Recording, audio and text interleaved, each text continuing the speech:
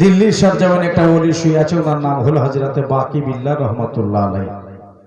আমরা ওলি ভক্ত মানুষ, আমরা মুর্শিদপন্থী। জামে মসজিদ থেকে যদি টোটো ভাড়া করেন 30 টাকা যেতে লাগবে, 30 টাকা আসতে লাগবে। ওই হযরতে বাকি বিল্লাহ রহমাতুল্লাহ আলাইহি ইনার লক্ষ লক্ষ মুরিদ, ইনার হাজার হাজার খলিফাই ছিলেন। সুবহানাল্লাহ বলবেন না? মানে খলিফা মানে ওলি বানিয়ে দিয়েছিলেন। খুব ছোট্ট কথা, হুজুর ইন্তেকালের সময় চলে আসছে, 7 দিন আগে तमाम খলিফাদের ডাকলেন। ডাকার পরে এক একটা করে বলতেছেন, বাবা আমার 7 দিন পরে ইন্তেকাল হয়ে যাবে, তো আমি তোমাদেরকে একজনকে আমি বলে যাব, আমার জানাজাটা তো পড়াইতে হবে নাকি? আচ্ছা, যদি প্রথম খলিফাকে জানাজা পড়ার দায়িত্ব দেয় তো ইনি তো আরামসে পড়িয়ে দেবেন, আল্লাহর ওলি বান্দা নাকি? হ্যাঁ, হুজুর চুপ করে গেলেন, কাউকে ইশারা দিলেন না, বললেন না। ইনি মনে মনে ভাবছেন, আমি যদি পহিলা খলিফাকে যদি ইশারা দিই বা আমি দায়িত্ব দিয়ে যাই তো দ্বিতীয় খলিফার মন খারাপ হবে যে হুজুর আমাকে বললেন না, যে আমার পীর ও মুর্শিদের জানাজাটা আমি পড়াইতাম। যদি দ্বিতীয় জনাকে আমি দায়িত্ব দিয়ে যাই তো আর তৃতীয় জনা বলবে যে আমাকে ভাগ্য হলো না। কি বলি, কাকে দায়িত্বটা দিই? মনে মনে চিন্তা করে কারো মন্দ কারো ভালো লাগে। তো হুজুর পরিশেষে বললেন, বাবা তোমাদের ভিতরে ওই ব্যক্তি আমার জানাজার নামাজ পড়াবে যার জিন্দেগিতে তাহাজ্জুদের নামাজ কাজা নাই। এবার যার কাজা নাই সে পড়ে পড়াবে। জিজ্ঞাসা করতেছে, তোমার কাজা আছে? বছরে 1 দিন পড়ি। হুজুর কি খুব খেয়াল, হুজুর কি বললেন, জিন্দেগিতে কোনদিন ফজরের তাহাজ্জুদের যার নামাজ কাজা নাই সেই ব্যক্তি আমার জানাজার নামাজ পড়াবে। আর একজনকে ইশারা করছে, তোমার কাজা আছে? বলে আমি শুধু সাথে সাথে পড়ি, রোজার মাসে সাথে সাথে পড়ি। কে বলছে আমার 10 দিন কাজা, কে বলছে আমি মাঝে মাঝে পড়ি। তো হুজুর তো বললেন যে প্রতিদিন পড়া লাগবে। যে যার কাজা নাই মুশকিল হয়ে গেল। 7 রোজ পেরিয়ে গেল, 7 দিন পেরিয়ে যাওয়ার পরে ইনি ইন্তেকাল হয়ে গেছেন, রূহ পারওয়াজ করে গেছেন। হুজুরকে লাহায়া ধোয়া চারপাইতে তুলে নিয়েছেন, কাফন পরিধান করে জানাজা গাহে নিয়ে যাওয়া হলো। মা বোনেরা কান দিয়া শোনো, লাইন দিয়ে সব লোক কাতার দিয়ে দাঁড়িয়ে আছে। 1 ঘন্টা পার হয়ে গেল, জানাজা পড়ার ইমাম সাহেব মিলছে না। 2 ঘন্টা পার হয়ে গেল, জানাজা পড়ার ইমাম সাহেব মিলছে না। কি করা যায়? এখন সবারই তো কাজা, কারই বা জোর করে সামনে দেব? আর ওলি আউলিয়ার ব্যাপার, এদের সাথে টক্কর লিও না, জিন্দেগি বরবাদ হয়ে যাবে। কি করা যায়? ঘন্টা 2 পরে দেখা যাচ্ছে জানাজাতে বোধহয় পড়া হবে না, লোক তো আর পাওয়া যাবে না। পশ্চিম দিক থেকে একটা নেকাবপোশ লোক, চোখ মুখ ঢাকা আছে, ঘোড়সওয়ার হয়ে ঘোড়ায় আরোহণ হয়ে ওই রাস্তা দিয়ে বাবা চলে আসছে। আস্তে আস্তে আস্তে আস্তে দেখতেছি এত লোকজনের সমাগম, লক্ষাধিক মানুষ। এখানে লাগাম খিঁচে লাগাম টেনে দাঁড়িয়ে গেলেন। আর যেমনি দাঁড়িয়ে যাওয়া, ওপর থেকে বোঝাচ্ছে, বাবা তোমরা এখানে এতজন মানুষ দাঁড়িয়ে দাঁড়িয়ে কি করছো? তো বলছেন, হুজুর আমরা এক বিপদে পড়েছি। এ দেখেন আমাদের পীর ও মুর্শিদের জানাজা হবে, তো ইমাম সাহেব খুঁজে পাচ্ছি না। একবার জোরে বলতে হবে, জোরে বলেন সুবহানাল্লাহ। বড় বড় পাগড়িওয়ালা, দাড়িওয়ালা, জুব্বাওয়ালা, লাঠিওয়ালা সব ওইখানে আপনার হেনস্থ হয়ে যাচ্ছে, হাতে তসবিহ নিয়ে। বলে তোমরা এতগুলা ওলি বান্দা রয়েছো, এতগুলা আলেম উলামা রয়েছো, আর হুজুরের জানাজা পড়ার জন্য ইমাম সাহেব মিলছে না। তার মানে বলে ওগো রাস্তার পথিক, এই জন্য কথাটা বললাম, হুজুর যখন ইন্তেকাল করবেন তার 7 দিন পहिले আমাদেরকে বলে গেছেন যে ওই ব্যক্তি আমার জানাজার নামাজ পড়াবে যার জিন্দেগিতে কোনোদিন তাহাজ্জুদের নামাজ কাজা নাই। তাই নাকি? এত বড় কথা বলিস? বলে হ্যাঁ। এই জন্য হুজুর নামাজটা আমরা কেউ পড়াতে পারছি না, চুপচাপ দাঁড়িয়ে আছে, দাঁড়িয়ে থাকা ছাড়া আর কিছু উপায় নাই। তো ওই ঘোর সবার বলতেছে আচ্ছা ঠিক আছে, তোমরা যখন বিপদে পড়েছো, তো আমার জিন্দেগিতে কোনোদিন তাহাজ্জুদের নামাজ কাজা নাই। ইনি ঘোড়া থেকে সাত করে নিচে নেমে গিয়ে একবারে সোজা গিয়ে জানাজা গাহে হুজুরের সামনে গিয়ে ইনি ইমাম সাহেব হলেন, সব মুক্তাদি হয়ে জানাজার নামাজের নিয়াত বাঁধার পরে 4 তাকবীরের সহিত জানাজার নামাজ পড়া হলো। ডানে বামে সালাম ফিরি দেওয়ার পরে হুজুর বলতেছেন যাও ইনাকে নিয়ে গিয়ে আর রহমান রহিমের নামে সঁপে দাও, ইনাকে কবর গাহে নিয়ে চলে যাও, ইনাকে মাটি দিয়ে দাও। লোকজন বলল মাটি হবে পরে, আগে আপনার পরিচয়টা ধরি। জোরে বলেন সুবহানাল্লাহ। যদি আবারও কোনোদিন এইরকম বিপদে পড়ে যাই, তাহলে পরে যদি টাকাও লাগে 2-10 হাজার, তাহলে আপনাকে ভাড়া করে নিয়ে এসে এখানে জানাজা পড়ার জন্য মোতায়েন করা হবে। হুজুর এক কাজ করেন, নামটা বলেন, পরিচয়টা বলেন। বললেন যে আমার পরিচয় নিয়ে আবার কি করবা? না হুজুর ছাড়বো না, পরিচয় না নিলে। এমনি করে মুখের লেগাব ছেড়ে দেওয়া হলো। জোরে বলতে হবে সুবহানাল্লাহ। যিনি শুয়ে আছেন জানাজা গাহে, ওই চারপাইতে খাটলিতে যিনি শুয়ে আছেন বাকি বিল্লাহ রাহমাতুল্লাহ আলাই, দেখা গেল ইনি সেই ব্যক্তি ঘোড়ায় বসে আছে। নামাজ নিজে পড়ে এনে গায়েব হয়ে গেল। ভয়রা আমার মা বোনেরা গো, তাহলে আল্লাহকে ইনি কত রাজি করেছে, মরার পরেও তারা জিন্দা। এত বড় কুওয়াতে গোয়াই, এত বড় ক্ষমতা আল্লাহ ওনারে দান করেছে। বলল ওখানে ঘোড়াও আর না, ওখানে মানুষ আর দেখা যায় না। মুরিদগণ আলহামদুলিল্লাহ বললেন, আল্লাহ গো আমরা বাকি বিল্লাহ রহমাতুল্লাহ আলাইয়ের মুরিদ হতে পেরে বড় আপনার সান্ত্বনা লাভ করেছি। নকশবন্দি তরিকার এক তারকা, এক সাধু, ইনি হলেন এক আল্লাহর ওলি। আমার ভাইয়েরা, বন্ধুরা, আমার মা বোনেরা রে, থাকতে হবে আর নিজেকে নিজের দিল পরিষ্কার করতে হবে। কেন না আল্লাহর জিকিরে কলব যে পরিষ্কার হয়, আল্লাহ কোরআন শরীফে এটা বলে দিয়েছে, তাতমাইন্নাল কুলুব। তোমার আল্লাহর জিকিরে তোমার দিল দে মুতমাইন হয়, আপনার পরিষ্কার পরিচ্ছন্ন হয়। বেরাদার, নবীর মোহাব্বত আমাদের করা লাগবে, আল্লাহর ইবাদত করা লাগবে। আজ কলবলি তালায় হাজারো মায়েদের নিয়ে, আমার ভাইদের নিয়ে শুরু করতেছি জঙ্গে বদরের কথা। মানে না ওই যে 2 হিজরিতে আল্লাহর হাবিব মদিনাতুল মুনাওয়ারায় চলে এসেছে। মদিনাতুল মুনাওয়ারায় এসে তবু আবু সুফিয়ান ছাড়লো না। ওই যে সামদেশ থেকে আপনার ব্যবসা করে একটা বিরাট দল, ওই দল নিয়ে বাবা বাড়ি চলে আছে। তাকিয়ে দেখলো এতিম মুহাম্মদ সাল্লাল্লাহু আলাইহি সাল্লাম। ওই দেখো আজ 313 জন সাহাবী নিয়া এক জায়গায় গোল হয়ে বসে গিয়া ইনি কি যে বলা বলে করতেছে। আবু সুফিয়ান শয়তান জিজ্ঞাসা করলো, আব্দুল্লাহর ছেলে, এখানে তুমি এলে কিভাবে, এখানে কেমন ভাবে তুমি পৌঁছলে? বলল ওই কাবা শরীফ ছেড়ে দিয়া, নিজের মায়ের জন্মভূমি ছেড়ে দিয়া আমি এই দেশে চলে এসেছি। আল্লাহর হুকুম হয়েছে সুবহানাল্লাহ, 1টা 2টা 3টা 4টা করে মুসলমান হতে হতে হতে হতে 313 জন মুসলমান হলো। এরা শুধু মুসলমানে নয়, এরা আল্লাহ নবীর সাহাবী। আল্লাহ নবীর সাহাবী যারা, নবী বলেছেন তারা আকাশের তারার মতো।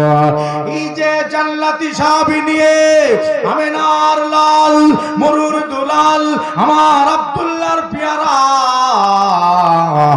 বসে রয়েছে। আবু সুফিয়ানের কলিজায় মনে হচ্ছে আগুন লেগে গেল। কেন এই জন্যে আগুন লেগে গেল যে আজ থেকে মনে হয় আর এই আপনার লাত উজ্জার পূজা করা লোক আর পাওয়া যাবে না। আমাদের নবীর সাথে যেভাবে লোকজন আপনার চাপ দিয়েছে, আর দেরি করব না। এই মদিনা থেকে মক্কায় খবর দেওয়া হলো আবু জেহেলকে, আবু জেহেল রে এদিকে ব্যাপার বড় খারাপ, মক্কায় তুমি রুকবো করে রুখতে পারলা না। এখন মদিনাতে আব্দুল্লাহ ছেলে বাজার বসিয়েছে, আপনার ইসলামের প্রচার শুরু করেছে। আল্লাহ নবী বলতেছেন আমারে যতই মানা করো না কেন আমি এটা ছাড়বো না, এটা আল্লাহর কথা। আল্লাহ আমাকে বলেছে বসে থাকলে আর চলবে না, ইসলামের প্রচার করতে হবে। এই জন্য যে জায়গায় যাব না কেন, মান ক্বালা লা ইলাহা ইল্লাল্লাহ ফাদাখালাল জান্নাহ, এই কথাটা রাসূলে কায়নাত বলতেই থাকবে। আমার দাদারা গো, আমার দিদিরা গো, আল্লাহর হাবিব বসে রয়েছে। ওই যে মক্কায় খবর পৌঁছে গেল, আবু জেহেল বাড়িতেই বলা ছিল, আবু জেহেলের কানে যখন এই কথাটা চলে গেছে যে মদিনাতে আব্দুল্লাহ বেটা ইসলামের প্রচার শুরু করেছে, 5টা 10টা থেকে এখন 313 জন হয়েছে। আবু লাহাব বড় চালাক চালোটা, ই তো বাড়ির থেকে বাহির হয়ে রাস্তার ধারে বেরিয়ে বলতেছে আমি হালাক হয়ে গেলাম, আমি মরে গেলাম, আমারে ধরো আমারে পকড়াও। গ্রামের মানুষেরা বাড়ি থেকে বার হয়ে আমাদের নেতা, আমাদের প্রনেতার কি হলো একবার দেখা যাক। বাড়ি থেকে বাহির হয়ে নিজের নেতাকে জিজ্ঞাসা করছে, আবু জেহেল তোমার কি হয়েছে একটু বলো। মানুষজন সবাই গুছিয়ে গেছে, গুছিয়ে গিয়ে বলতেছেন ওরে আমাদের দেশে একটা দল মুলকে সামদেশে তারা ব্যবসায় গিয়েছিল, একটা মিথ্যা প্রচারণা করছে, একটা মিথ্যা ঘোষণা করছে, একটা মিথ্যা প্রতারণা করছে। আবু জেহেল বলছে আমাদেরই মক্কার মানুষ মুলকে সামদেশে গিয়ে ব্যবসা ছেড়ে ব্যবসার টাকা পয়সা নিয়ে বাড়ি ফিরে আসার টাইমে মদিনাতে আব্দুল্লাহর বেটা বলে নিজের দল বল নিয়ে আমাদের লোকের কাছ থেকে তামাম মাল কেড়ে নিয়েছে, টাকা পয়সা গুলো কেড়ে নিয়েছে। মানুষ উদ্বিগ্ন হলো, মানুষ রেগে গেল, সবাই খেপে গেল। হয় নাকি? বলে হ্যাঁ। আচ্ছা আব্দুল্লাহর বেটার সাথে জানি না কয়জন মানুষ আছে, আমরা ওই মক্কা থেকে মদিনায় যাব। ওই মদিনাতে গিয়ে আব্দুল্লাহর ছেলেকে জীবনের মতো মার্ডার করে দেয়া।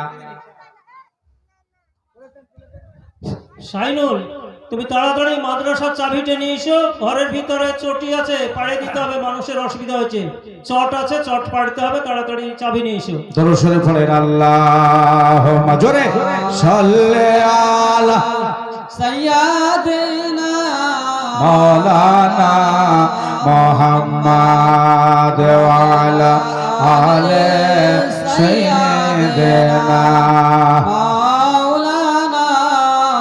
মুহাম্মাদ সাল্লাল্লাহু আলা মুহাম্মাদিন সাল্লাল্লাহু আলা মুহাম্মাদ হরদম জবাশন কালো পাক নামে মুহাম্মদ হরদম জবাশন কালো মোহাম্মদ সাল্লাল্লাহু তাআলা। আচ্ছা আজকে কল বলে তাহলে মানুষের মন খুব মরা লাগছে, মানে এনার্জি নাই, জানি না কোন রোগে ধরেছে, এনার্জি নাই। হে ওরে তোমার মুখে শুয়ে আছে হাবিবে রব্বানা, আমার সোনার মদিনা, আমার প্রাণে। 3 জনা বলেছে, এখনো তো 18 জনা বাকি আছে। অনুমাটি মিটি থেকে মাত্র 3 জন বলেছে। তোমার মুখে শুয়ে আছে হাবিবে রব্বানা বলো না সোনা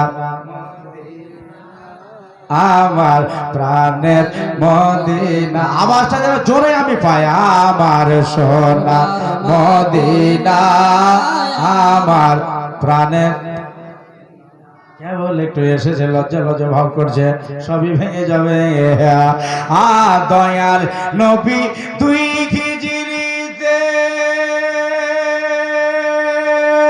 চলে যাগো মদিনাতে একবার জোরে সুবহানাল্লাহ বন্ধুরে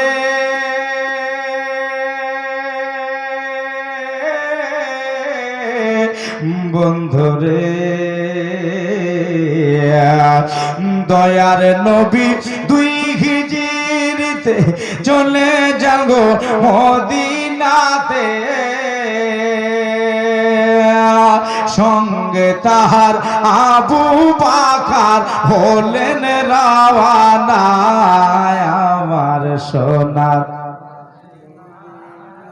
আমার প্রাণের মদিনা একটু আওয়াজ জোরে দেন শান্তি হয়ে যাবে আমার সোনার মদিনা মাশাআল্লাহ আমার প্রাণের মদিনা তোমার বুকে শুয়ে আছে হাবিবে রব্বানা জোরে বলো সোনার মদিনা আমার মাশাআল্লাহ আকবার প্রাণের মদিনা আমার সোনার মদিনা কত হাসি এলো গেল তবু আসাই তোমার দিদার তুলনা নাই যে আমার নবীজির রওজার একবার ডাকো না আমার যাব নবীজির রওজায় একবার ডাকো না আমায় যাব নবীজির রওজায় নবীর রওজায় গেলে মিটবে মনের বাসনা জোরে বল নবীর রওজায় গেলে মিটবে মনের বেদনা আমার সোনা আমার প্রাণের মদিনা আমার জানের আমার প্রাণের মদিনা মদিনা রে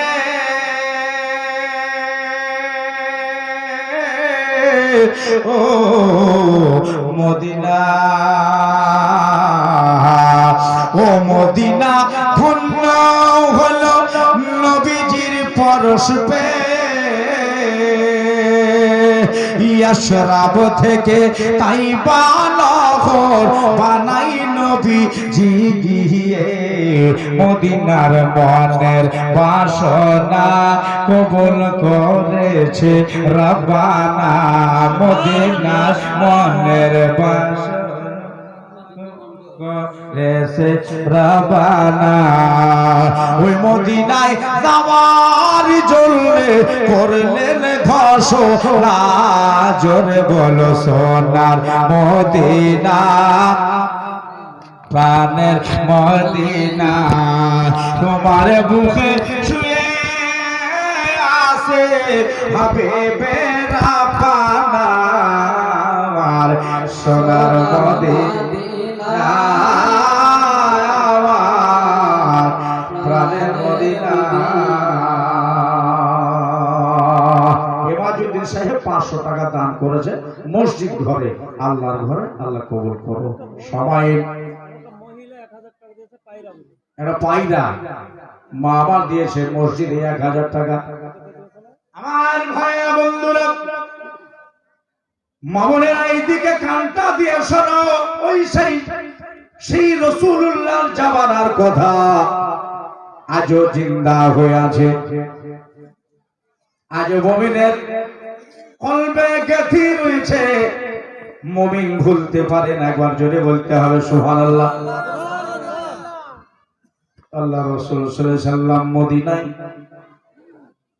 আবু জেহেল মক্কাতে তানসান লাগিয়েছে, বলল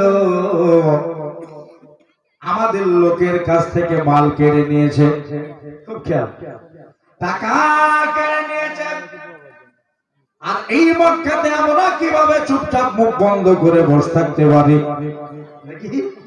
সামাইনে কেরাম বেরাদার ইসলাম ওখানে লিখলাম, আমি যখন বলবো তখন আমার ভাইরা রে, আমার মা বোনেরা, আল্লাহর নবী জিন্দা নবী, হায়াতুল নবী সাল্লাল্লাহু আলাইহি ওয়াসাল্লাম মদিনাতুল মুনাওয়ারায় আবু জেহেল মক্কাতে তানসান লাগিয়েছে।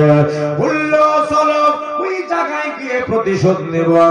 আদৌ নবী কারো কাছে মাল কাড়েনি, কারো টাকা নাই নাই, কারো পয়সা নাই নাই, নাম টান কারো বলে না, কাউরে ছোট বড় কথাও বলে নাই। বন্ধুরে বন্ধুরে, আল্লাহর হাবিব সাল্লাল্লাহু আলাইহি সাল্লামের বিরুদ্ধে আবু জেহেল আপনার বদনাম করতেছে। আর যারা আবু জেহেলের লোক তারাই তো নবীর বদনাম গাহে। দিদিরা গো, আমার ভাইরা গো, বন্ধুরে আমার, আবু জেহেল বলল সবাই সাজসজ্জায় সজ্জিত হও, আর যুদ্ধের পরিস্থিতি নাও, ওইখানে গিয়া নবীর সাথে যুদ্ধ করতে হতে পারে। সবাই মিলে ঢাল তলোয়ার বেঁধে নিল। আমার হাজী সাহেবরা রাতের বেলায় আমার যারা স্টেজে বসে থাকা ভাই গো, আবু জেহেলের কথা মোতাবেক একটা দুটা নাই, প্রায় 14,500 মানুষ রেডি হয়ে গেল। আমাদের জন্য বুয়াতে লিখতেছে 1000 সে বিসাইতে 1000-এর বেশি মানুষ হয়ে গেল। ওই তো তাদের সাথে নারীরা আছে, তাদের সাথে আপনার নারীরা আছে, মেয়েরা আছে, তাদের সাথে খাবার বেঁধে নেওয়া হলো, তাদের সাথে পানির ড্রাম বেঁধে নেওয়া হলো, তাদের হাতে তালোয়ার রয়েছে, তাদের হাতে ছুরি রয়েছে, তাদের কাছে খাবার দ্রব্য রয়েছে, ভাত পানি চাউল ডাল সবই বেঁধে নিয়েছে। জানি না যেখানে রাত লাগবে ওই জায়গায় রান্না করে পেটটা অন্তত শান্তিতে থাকে। এইভাবে 1450 মানুষ নিয়ে আবু জেহেল রওনা দিয়ে দিল মক্কা থেকে। 450-500 কিলোমিটার পথ অতিবাহিত করে এখন নবীজির কাছে চলে যাবে। ওই জায়গাতে তো আবু সুফিয়ান নিজের লোক নিয়ে দাঁড়িয়ে আছে। আল্লাহর নবী সাল্লাল্লাহু আলাইহি ওয়াসাল্লাম ওই জায়গাতে আছে। আবু জেহেল পৌঁছে গেল মদিনায়। হুজুর সাল্লাল্লাহু আলাইহি সাল্লামকে দেখে তার প্রাণে আরো রাগ উঠেছে, কলিজা জ্বলে যায়।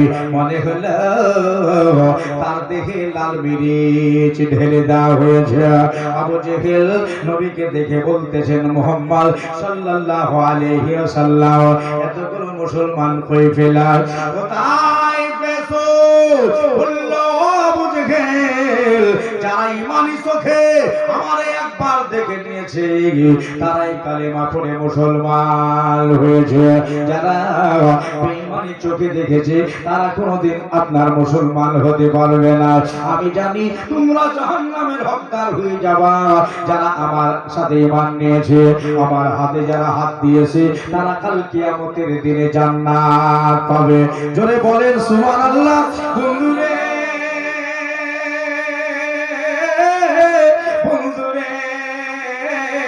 আবু জেহেল বলতেছে, মুহাম্মদ সাল্লাল্লাহু আলাইহি সাল্লাম তোমার আর খায়রিয়াত নাই, তোমার বাঁচার আশা নাই। কেন না মক্কা থেকে মাল মেটার বেঁধে এনেছি, তোমাকে না মেরে আমরা মক্কায় ফিরবো না। হায় হায়, এবার কি হবে? দাদারা দিদিরা কান্দে আসলো, এবার কি হবে?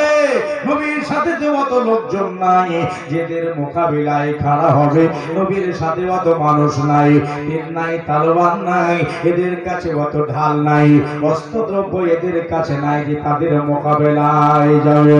আল্লাহর নবীকে জনমের মতো বিদায় করে দিয়ে এরা মক্কার দিকে ফের রওনা হয়ে যাবে। আবু জেহেল বলল, মুহাম্মদ সাল্লাল্লাহু আলাইহি সাল্লাম রেডি হয়ে যাও মরার জন্য। আল্লাহর নবী দিনের নবী সাল্লাল্লাহু আলাইহি সাল্লাম বলতেছেন, আবু জেহেল রে, এই আবু জেহেল মক্কাতে জ্বালাবার পরে তোদের দিল শান্তি হয়নি, আবার তোমরা মদিনায় চলে এসেছো।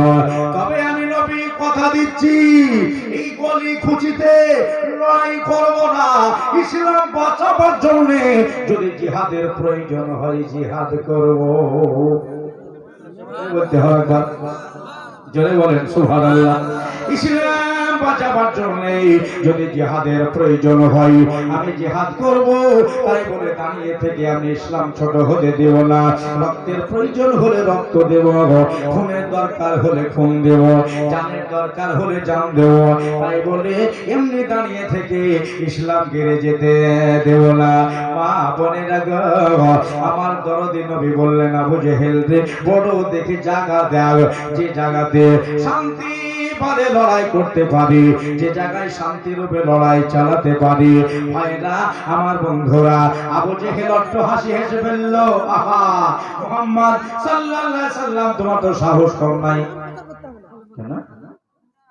আমরা এতজন, তোমার কলিজা হালে না? তোমাকে একটুও ভয় লাগে না? আমাদের সাথে তুমি জিহাদ করার কথা বলছো। নবী আমার বলছে আমি ভয় পাই না। বলবেন না সুবহানাল্লাহ? মাশাআল্লাহ, আরেকটু জোরে বলেন না সুবহানাল্লাহ। নবী আমার বলেন আমি ভয় পাই না, এই জন্য আমার সাথে আল্লাহ আছে আর তোদের সাথে শয়তান আছে। আমি হলাম রহমানওয়ালা আর তোরা হলিস শয়তানওয়ালা। আমি হক সাদাকাতের জন্য যাব আর তোরা জুলম জালালাতের সঙ্গে আসবি। তোরা জুলুমবাজি আর আমি হলাম হকবাজি। এই হক আর বাতিলের ফায়সালা বল কোথায় করা লাগবে? আবু জেহেল বলল মুহাম্মদ সাল্লাল্লাহু আলাইহি সাল্লাম তোমার জন্য জায়গা মোতায়েন হয়ে গেল, জায়গা দেখা হয়ে গেল। ওই জায়গা, যে জায়গা এখন পর্যন্ত কেউ লড়না করে নাই, ওই যে বদরের মাঠে ইসলামের দিক থেকে সৈন্যবাহিনী দিয়ে সর্বপ্রথম লড়াই হয়েছে, ওটাই জঙ্গে বদরের মাঠ। আল্লাহ নবী বললেন জঙ্গে বদর। আচ্ছা ঠিক আছে, তাই হলো। আমি বদরের মাঠে আমি আমার নিজেকে দলবল নিয়ে যাব। জোরে বলেন সুবহানাল্লাহ। আবু জেহেল রাজি হয়ে গেল, আল্লাহ নবীও রাজি। ওই বদরের মাঠে লড়াই হবে, ইসলাম মেটাবার জন্য আবু জেহেল যাবে আর নবীজি ইসলাম বাঁচাবার জন্য যাবে। বলো দেখি আবু জেহেল রে কোন মাসে লড়াই করবা? যে মাসে আমাকে ডাকবা আমি যে সেই মাসে যাব। আবু জেহেল কোন মাস ধরতেছে, আবু জেহেল কোন মাস খুঁজতেছে? বলল মুসলমানেরা তো রোজার আগে ওই রোজার মাসে নাকি টাইম দেই। আবু জেহেল নিজের ব্রেন খাটিয়ে বলল মুহাম্মদ সাল্লাল্লাহু আলাইহি সাল্লাম রমজান মাসে যুদ্ধের ঘোষণা হয়ে গেল। নবী বলতেছেন নাম ঠিক আছে, তাই হলো। ওই রোজার মাসেই যাব। বল কোন তারিখে যাওয়া লাগবে আর কোন তারিখে যেতে হবে বল। আবু জেহেল বলল রোজার মাসে 17 তারিখে তারিখ দিলাম। 17 তারিখে আমি ডেট দিয়ে দিলাম। হাবিবে খোদা সাল্লাল্লাহু আলাইহি সাল্লাম বললেন ঠিক আছে, তাই হলো 17 তারিখে যাও। কথা পাকা হলো। সেদিন বারে বারে শুক্রবার, কি বার বললাম? শুক্রবার। এই শুক্রবারে বদরের যুদ্ধ ঘোষণা হয়ে গেল। মা বোনেরা খুব খেয়াল করে শুনবা। ভাইরা রে, আমার দাদারা, আল্লাহর হাবিব সাল্লাল্লাহু আলাইহি সাল্লাম ওখান থেকে নিজের দরবারের ইশারাতে চলে গেলেন। আবু সুফিয়ান নিজের দলবল নিয়ে ওই মদিনায় ঘোরাঘুরি শুরু করেছে। ভাই আবু জেহেল বলতেছে লোকজন নিয়ে যদি বাড়ি চলে যাই আবার ওই তারিখে আবার ডেকে হেঁকে সবাইকে পাওয়া যাবে কি যাবে না এটা আমি বলতে পারছি না। লোকজনকে আর বাড়ি পাঠাবো না, কেননা আমাদের সাথে খাবার টাবার সবই আছে, আমাদের কাছে পানি আছে, খাবার আছে। আমরা আগে ওই বদরের মাঠে গিয়ে বসে থাকবো। নবী আসবে, নবীকে মার্ডার করে সারা জীবনের মতো বিদায় করে তারপরে আমরা চলবো বাড়ি। আজকাল বলে তালার ভাই গো, শেখ পাড়ার ভাই, রায়জোর পাড়ার ভাই, লন্দি ভিটার ভাই, এদিকে যে যেখান থেকে এসেছেন কান দিয়ে আসো না। নবীজি বাড়ি চলে গেলেন। বাড়ি যাওয়ার পরে পরের দিন বসে হিসাব করলেন, আমার সাহাবারা যারা আমার সাথে জঙ্গে বদরের মাঠে শরীক হতে চাও, যারা আমার সাথে যেতে চাও, তারা যেন রোজার মাসের 12 তারিখে লাইন দেওয়া। একবার জোরে বলেন সুবহানাল্লাহ। ইসলামের প্রচার করতে করতে ওই জায়গায় আমার যাওয়া লাগবে, এই জন্য 12 তারিখে আমার সঙ্গে যেতে হবে। যদি 12 তারিখ ছুটে যাই আমার সাথে যাওয়া আর হবে না। আল্লাহ নবীর জবানের কথা যেমনি বলা সাহাবের কানে কানে কানে কানে কথা পৌঁছিয়ে গেল। ঠিক আছে, একদিন চলে গেল, 2 দিন পার হয়ে গেল। এইভাবে রোজার মাসের হেলাল আকাশ ভরে বাবা উঠেছে, রোজার চাঁদ উঠেছে। আর যারা মুসলমান তারা তো রোজায় থাকে, ঠিক কিনা জোরে বলেন বন্ধু রে, রোজা রয়েছে। হ্যাঁ, 1 2 3 করে 12 তারিখ পড়ে গেল। নবীর একজন সাহাবী, এর নাম হলো আব্দুল্লাহ বিন রাওয়াহা। জোরে বলেন কি নাম বললাম? আব্দুল্লাহ বিন রাওয়াহা রাদিয়াল্লাহু তাআলা আনহু সকাল বেলায় উঠেছে, ওঠার পরে গোসল করে নিয়েছে, গোসল করে চোখে সুরমা লাগিয়ে দিল, মাথায় পাগড়ি বেঁধেছে, আজকে আতর গোলাপ জল ভালো করে শরীরে লাগিয়েছে, তালোয়ার কানা বার করে আপনার ধারিতে রেখেছে, বারান্দায় যেন ঠেকা দিয়ে হেলান দিয়ে তালোয়ার রেখে দিয়ে ঘরের ভেতরে ঢুকে নিজের ওয়ার্দাঙ্গে নিয়ে নিজের জীবন সঙ্গিনী প্রাণনী বিবি ডাইনাকে গাপ করে ধরে নিয়ে বলছেন, বিবি রে, আমাকে তুমি জনমের মতো ক্ষমা করে দাও। বললেন, হুজুর আপনি আমার কাছে এরকম কেন করতেছে? সকালে উঠে গোসল হলো, আপনি সুরমা দিলেন না, সব দেখতেছি, আপনি ভালো জামাও পরলেন, আমি এটাও দেখলাম, আপনি তারপরে তালোয়ার বার করলেন, এটাও আমি দেখলাম। দেখার পরে এবার আমার হাত ধরে আপনি ক্ষমা করে চাইতেছেন। আব্দুল্লাহ বিন রাওয়াহা বলতেছেন, বিবি রে, আমি এমন জায়গা আজকে যাব যে জায়গা থেকে জিন্দেগিতে বোধহয় ঘুরে আসতে পারবো না। একবার জোরে বলতে হবে সুবহানাল্লাহ। বন্ধুরে,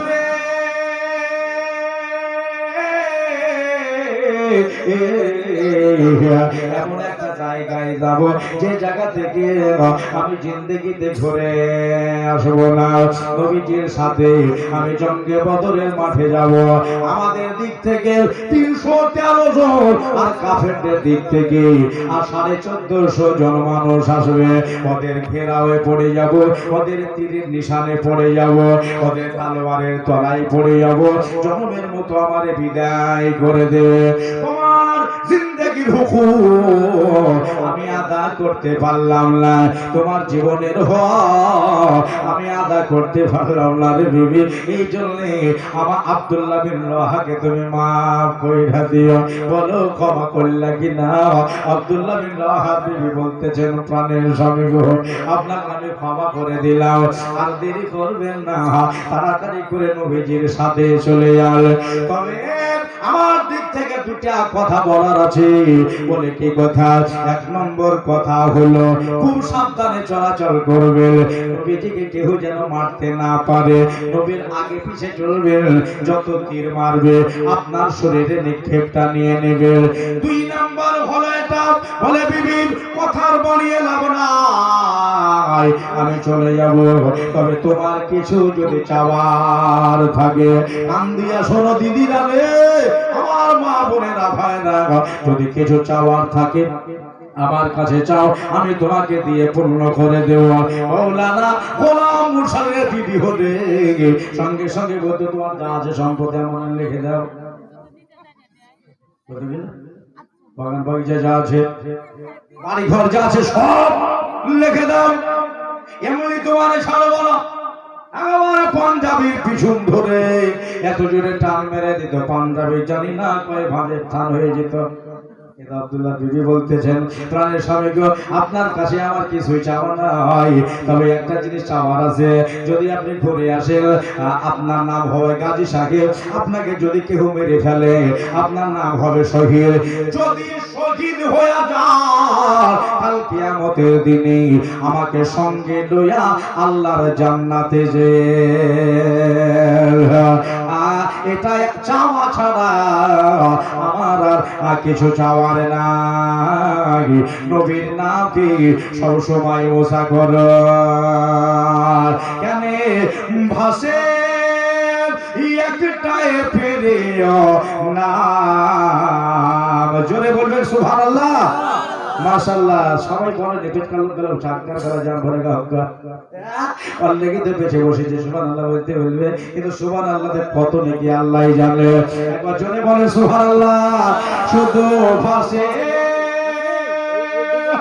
একটাই প্রিয় নাম, বলো সাল্লাল্লাহু আলাইহি সাল্লাম, বলো সাল্লাল্লাহু আলাইহি ওয়াসাল্লাম। আকাশের টানে টানে কোকিলের গানে গানে,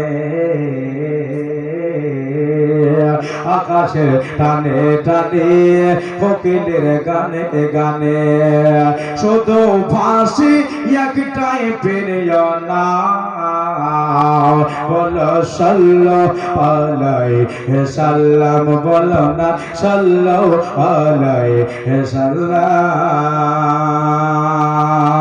আমরা পাপী তাপী, খোদা তারা দাও গো মাফি। জোরে বলেন আল্লাহুম্মা আমিন। আমরা পাপী তাপী, আল্লাহ তাআলা দাও গো মাফি।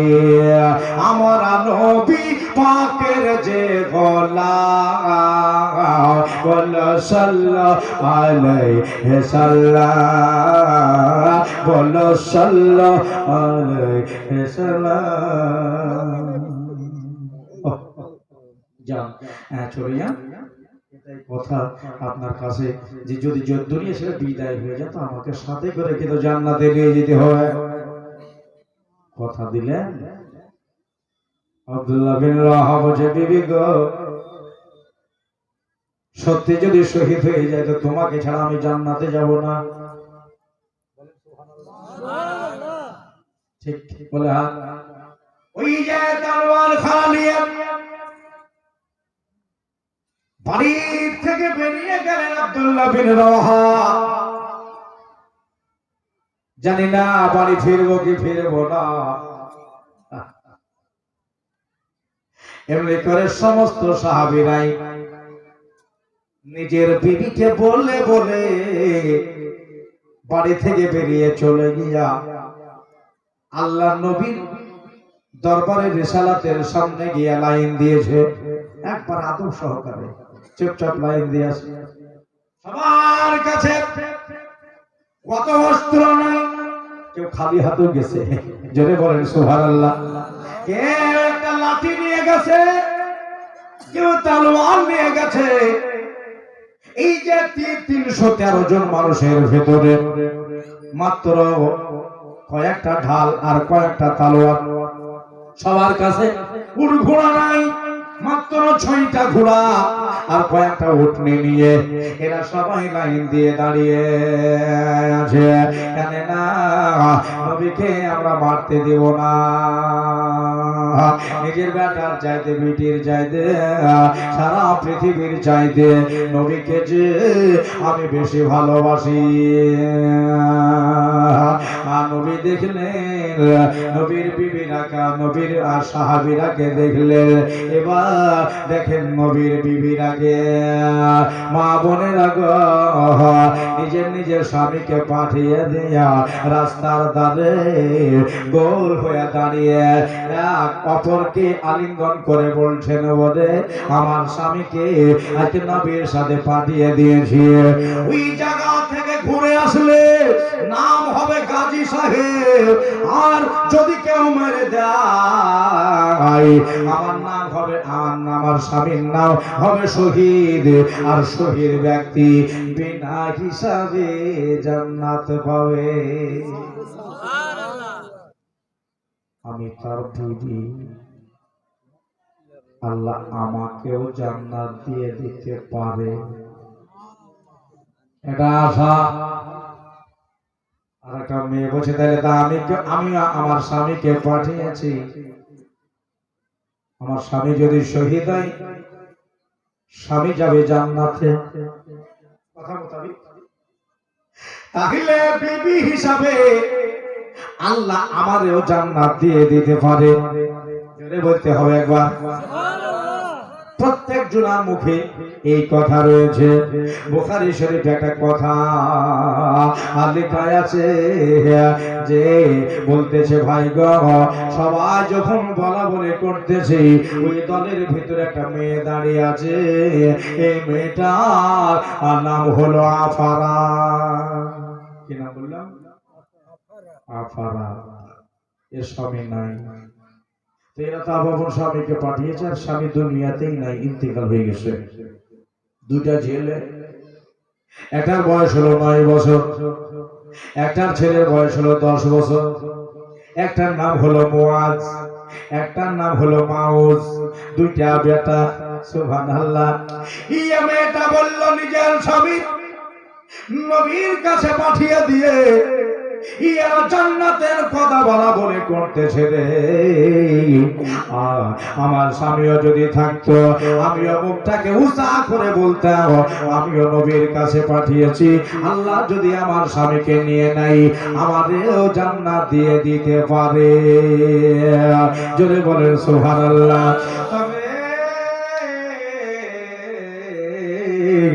আমার স্বামী তো দুনিয়ায় নাই, জোর করে মাথা মোছা করে বলার মতো আমার ক্ষমতা নাই, তোমায় জান্নাত লেওয়ালে কর।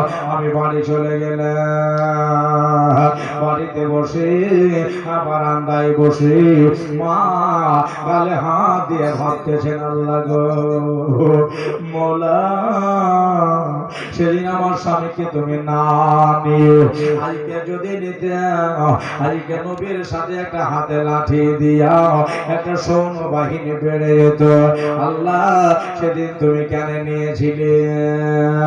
মেয়ে মানুষ হাজারো রকমের কথা মনে পড়ে যাচ্ছে।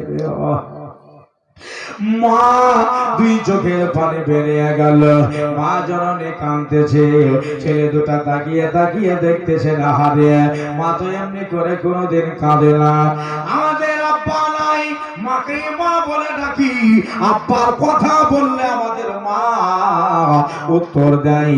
দুই ভাই এসে মার কাছে দাঁড়িয়ে গিয়ে বলতেছেন মা এরকম করে কান্দ কেন, কি হয়েছে জননী একটু দয়া করে বলো।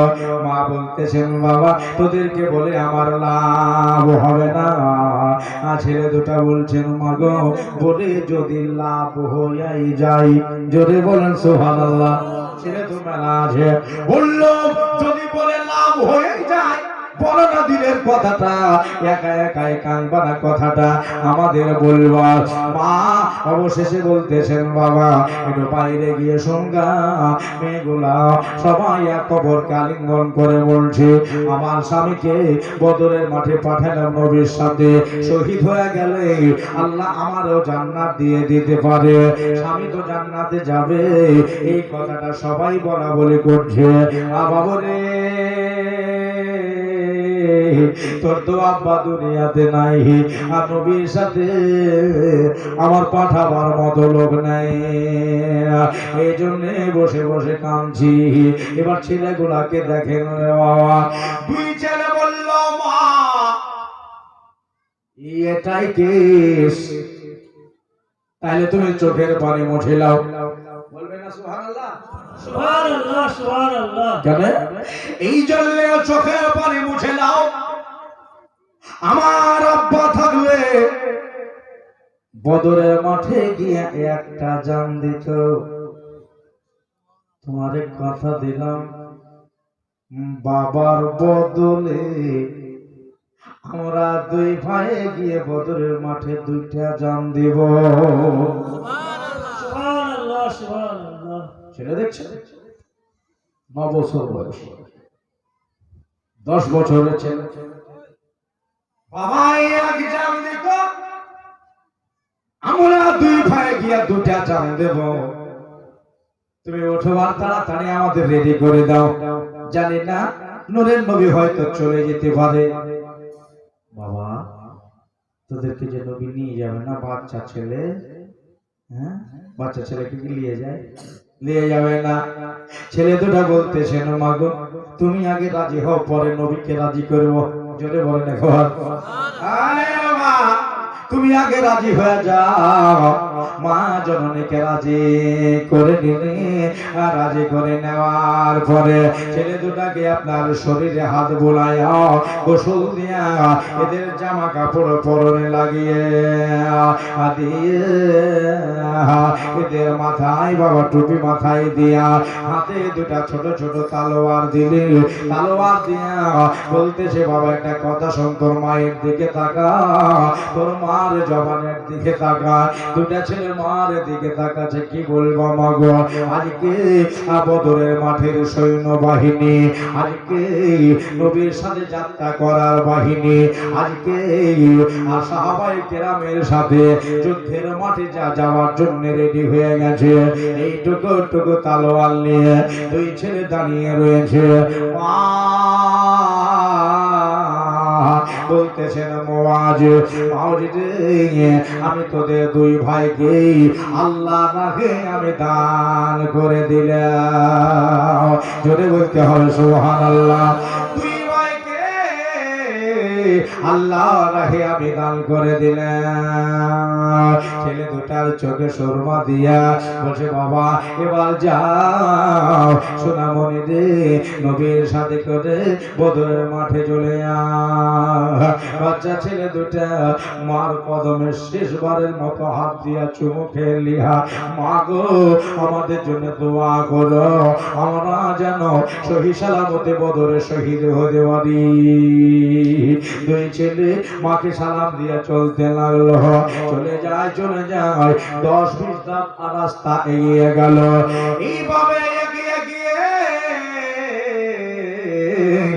মা আবার ডাকতেছে মুআজ রে, ও বেটা মাউল শুনে যা। ছেলে দুটা মুখটাকে ঘুরিয়ে নিয়ে মার কাছে চলে আসলেন।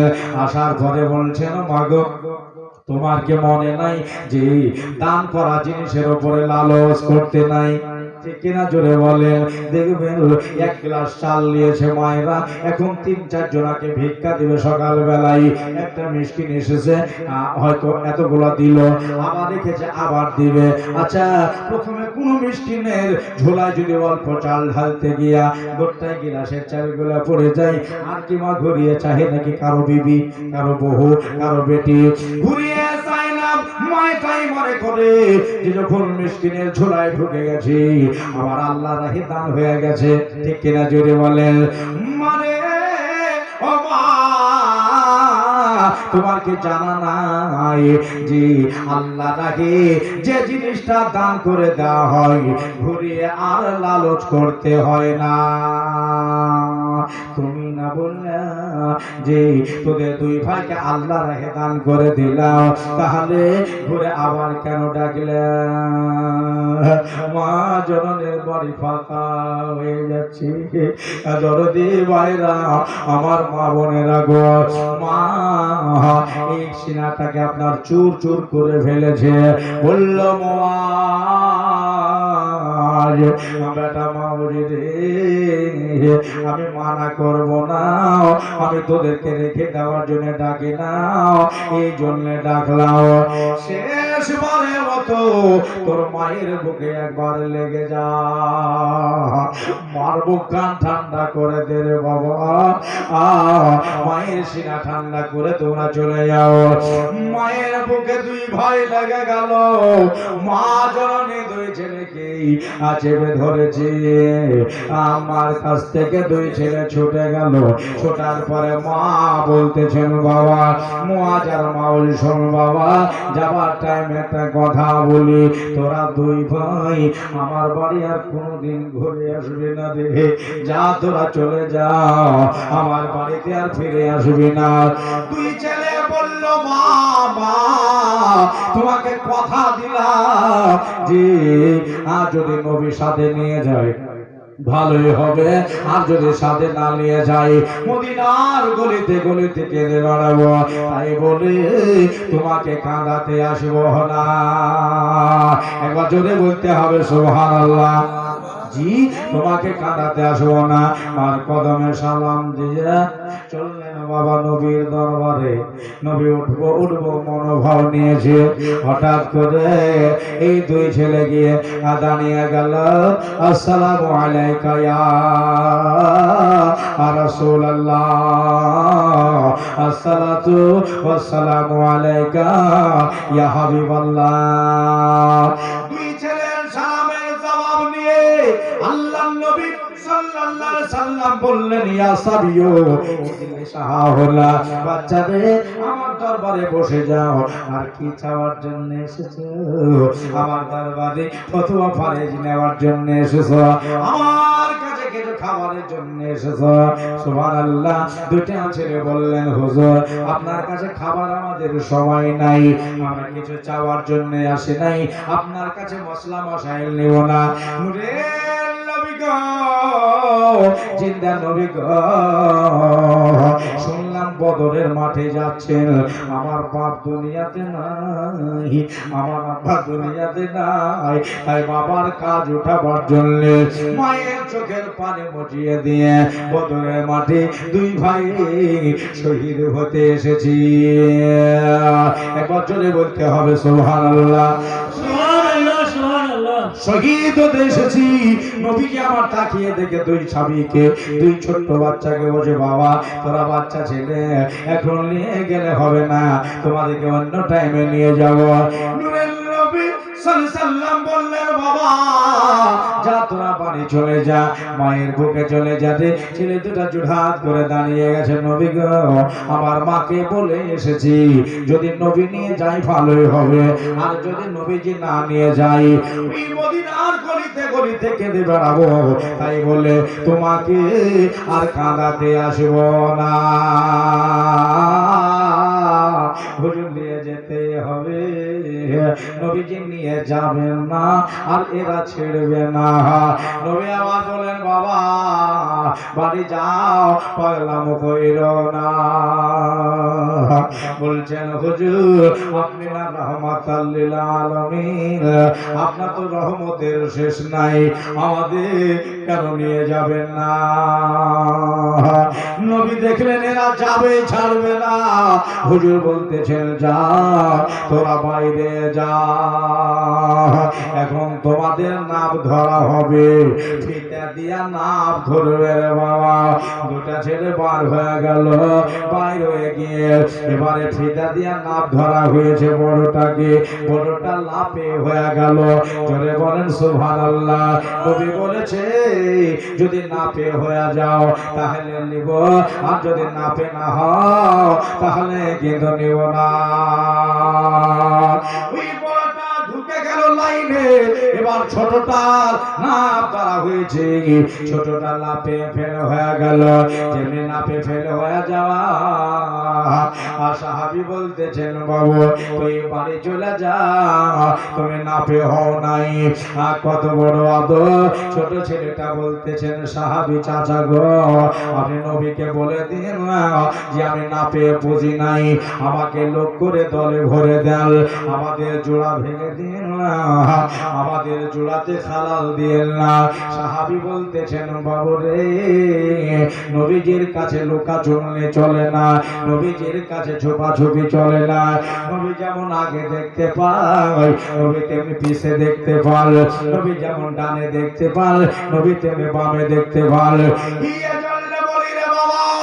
নবীর কাছে কিছু সোপা বাটি নাই, আল্লাহর কাছে দোয়া চাই মওলায়ে কায়নাত তোকে জানো এই যাবার জন্য। আর নবী যে আমার রাজি হয়ে যায়, তবে একটা সঠিক উত্তর দিচ্ছি বাবা, একটু কান দিয়ে আসল, যদি যেতেই হয় একবার জোরে বলেন সুবহানাল্লাহ। যদি যেতে হয় তাহলে গিয়ে আবার নবীকে রাজি কর। যদি নবী রাজি হয়ে যায় জেনে নিও তোমার আল্লাহ রাজি হয়ে গেছে।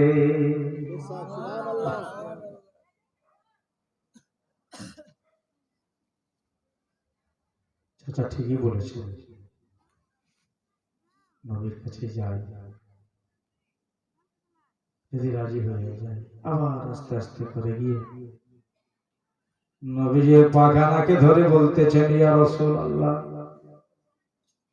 এদা খাবি উম্মি, আমি নাপে ফেল হয়ে গেছি, বলেন নিয়ে যাবেন কিনা। বড় ভাই কিন্তু হয়ে গেছে। নূরের নবী বলতেছেন তুই বাড়ি যা, বড় হলে আবার কোন যুদ্ধের মাঠে নিয়ে যাও। বললেন হুজুর জোড়া ভেঙে দিয়ে না, দুই ভাই একসাথে এসেছি, নিয়ে যাবে না। নবী উঠে যাচ্ছেন। তবে এই একটা জিনিস মনে রাখবেন, নবী যদি ইজাজত না দেয় বাগায়ের ইজাজত যাওয়াও যাবে না। সুবহানাল্লাহ, এটাও বড় বিয়াদবি। নবী যদি নারাজ হয়ে যায়, তার জন্য যে খোদা নারাজ হয়ে যায়।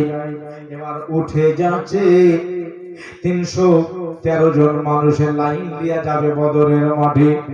ছোট ছেলেটা দেখলেন আমার তো আর যাওয়া হবে না, তবে লাশ বেলাতে শেষ বেলাতে একটা যুক্তি যদি বাহির করা কাজ হয় তাহলে কামে লাগতে পারে। নবীজি সাল্লাল্লাহু একটু দাঁড়িয়ে যাও, আমাকে নিয়ে যাবেন আর না যাবেন এটা আপনার ব্যাপার, নিয়ে যান আর না যান আপনার কাছে আমার এটাই বলার। ওই যুদ্ধের মাঠে শক্তিওয়ালার দরকার বেশি না বেশক্তিওয়ালা? জোরে বলেন সুবহানাল্লাহ। নবী আমার বলতেছেন বাবা এই কথা কেন বললেন? বলে হুজুর আপনার এই কথাতে আমি গেলাম, শক্তিওয়ালার দরকার বেশি, ওখানে পারোয়ান হলে বেশি ভালো হয়। ওরা 1450 জনা আর আপনি 300 আর 313 জনা, আপনার মেলা লোক। বলে হুজুর আপনার জবানে শুনলাম আর যে শক্তিওয়ালার দরকার বেশি, আমার 1 বছরের বড় ভাই ওকে নিয়ে নিলেন আর আমাকে নিচ্ছেন না। কিন্তু একটা কথা শুনে, আমার বড় ভাইয়ের চাইতে আমারই শক্তি বেশি। আপনার তো শক্তিওয়ালা দরকার, পালোয়ানের দরকার। এক টাকা জানে 4 জনাকে 5 জনাকে 500 দিতে পারে। এইরকম হলে ভালো হয়। নবীকে আমি মুখেই শুধু বলি না, যদি বিশ্বাস না হয় আমার বড়টাকে ডেকে আপনার সামনে লড়িয়ে দেন। আমি যদি বড়টাকে পারতে না পারি আমাকে নিয়ে যাবেন না, যদি পারতে পারে তাহলে কি নিয়ে যাবেন? দরদি নবী গো। নূরের নবী বললেন বাবা সাহাবীদের এর বড় ভাইকে এখানে পাঠিয়ে দাও। বড় ভাই বলছে তুই কবে আমাকে পারলি? নবী সামনে নাম বলেছি তো আরে কবে পারলি? যদি নবীটাকে আমি ভাই বলে কি বেড়ে ফেলবো। ছোটটা বলতেছে আমি বেড়ে ফেলবো। ডাক্তার দেখি বল, কাছে ডাক্তার হলো, 2 ভাই লড়ে যা, যদি তোর বড়টাকে পারিস কথা দিলাম যা তোকে নিয়ে যাবো। লড়ে গেল। আচ্ছা বলেন এটা লটারির জন্য লড়তেছে নাকি? এটা কি মাটির জন্য লড়তেছে নাকি? পাটির জন্য লড়তেছে নাকি? এ তো জান দেওয়ার জন্য, ইসলামের জন্য জান দেবে তার জন্য লড়াই করতে যাওয়ার জন্য লড়তেছে। বন্ধুরে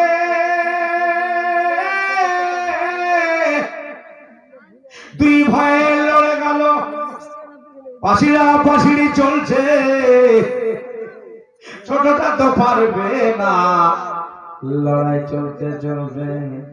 বড় ভাইয়ের কান ছোট ভাইয়ের মুখের কাছে চলে এসেছে। আমার ভাইরা, আমার মা বোনেরা গো, যেমনি কানের কাছে এসে যাওয়া, ছোট ভাই মাথাটাকে চেপে ধরেছে। ভাই রে, তাড়াতাড়ি করো না, দুটা কথা শুনে একটা আমার আবদার মানতে হবে। বলে তুই আবার কিসের আবদার করবে? বলল ভাই এটা ছাড়া কোনো উপায় ছিল না রে ভাই, বসে বসে অঙ্ক কষে দেখলাম এটা ছাড়া আর কোনো উপায় নাই। শোনো, আব্বা যতদিন ছিল কার্যে, বাপ ইন্তেকাল হয়ে গেল, আমার গার্জেন মা বাড়িতে ছিল, মার কাছ থেকে চলে এসেছি। এখন তুমি আমার 1 বছরের বড়, তুমি হলে গার্জেন, একটা কথা মানিও ভাই, তোমার নামটা নবীর রেজিস্টারে চলে গেছে। তুমি আমাকে পারতে পারলেও নিয়ে যাবে, আর না পারলেও কিন্তু নিয়ে যাবে। আর আমি যদি পারতে না পারি, নবীজি আমারে নিয়ে যাবে না। ভাই জোড়া তুমি ভেঙে দিও না, নিচে পড়ে যাও আর তোমার বুকের উপরে আমারে বসিয়ে নাও। একবার জোরে বলেন সুবহানাল্লাহ। দেখবা আমরা 2 ভাই বদরের মাঠে পৌঁছাতে পারবো। বড়টা বলল ঠিকই বলেছি, আমি পারলেও নিয়ে যাবে আর না পারলেও নিয়ে যাবে। বড়টা ধপ করে পড়ে গেল আর তার বুকের উপরে ছোটটা বসে গেল। মিনিট 5 পরে উঠে বলছেন নবী গো, দেখলেন আমি বলেছি পারবো, তোকে পেড়ে ফেলেছি, এবার বলেন নিয়ে যাবেন কিনা? আল্লাহ নবী বলতেছে যাও লাইনে ঢুকে যা, লাইনে ঢোকার আগে একটা কথা শুনে যা। বলে হুজুর কি? ওই আকাশের দিকে তাকা, তোদের 2 ভাইয়ের নাম লেখা হয়ে গেল, তোমাদের শুক্রবারের দিনে এই বদরের মাঠে তোমাদের 2 ভাইয়ের কোরবানি হবে, শহীদ হবে বদরের মাঠে। ছেলে দুটা উহা বলল না, এরা আলহামদুলিল্লাহ পড়ে নিয়ে লাইনে ঢুকে গেল। রোজার মাসের 12 তারিখে লাইন ছুটে গেল। ইসলাম প্রচার করতে করতে বদরের মাঠে পৌঁছলেন রোজার মাসের 16 তারিখে। আজকে বৃহস্পতিবার, কালকে লড়াই হবে রে ভাই। আর সুবহানাল্লাহ, মা বাড়িতে বসে বসে বসে বসে দোয়া করতেছেন। কি দোয়া? এরা তো 16 তারিখে পৌঁছলেন, আর 16 তারিখে রাজ গজিরে দিয়ে সবাই একটা করে খেজুর খেয়ে নিয়ে আর সেহরি করে নিলেন, রোজা রেখে নিলেন। বন্ধুরে বন্ধুরে, রোজা রেখে নিয়াও। সকাল হয়ে গেল, ফজরে টাইম পার হয়ে গেছে, এবার তারা বসে রয়েছে। এবার মুয়াজার মাউজের মা বাড়িতে যাই নামাজ বিছিয়েছে। তোমার আমার মা বলে বলতো, আল্লাহ ছেড়ে গেল, তাড়াতাড়ি ফিরিয়ে দাও মওলা। কিন্তু মুয়াজার মাউজের মা উপর দিকে হাত তুলে আল্লাহর কাছে দোয়া চাই, মওলা রে আমার ছেলে যেন ঘুরে বাড়ি না আসে, আমি যেন শহীদানের মা হতে পারি। সুবহানাল্লাহ, সুবহানাল্লাহ। আমি শহীদানের মা হতে পারি। আমি আমার বেটা দুটাকে আল্লাহ রাহে আমি দান করে দিয়েছি মওলা। সুবহানাল্লাহ। দরদি ভাইরা গো, আমার মা বোনেরা গো, এবার মা এটাই দোয়া চাইছে। আমরা তো আল্লাহ রাহে ছেড়ে দিতে পারি না, বেটা দিতে পারি না, বেটি দিতে পারি না, তবে আল্লাহ রাহে চাইলে 10-20 টাকা দিতে পারি। ভাইজান অনুরোধ রাখবো, কেউ উঠবেন না, মসজিদের জন্য আমি 10টা মিনিট আপনাদের আবদার করব। বেরাদার, কেউ হয়তো টাকা আনেনি, পয়সা আনেনি, কেউ ভোজ করে উঠে পালায়েন না।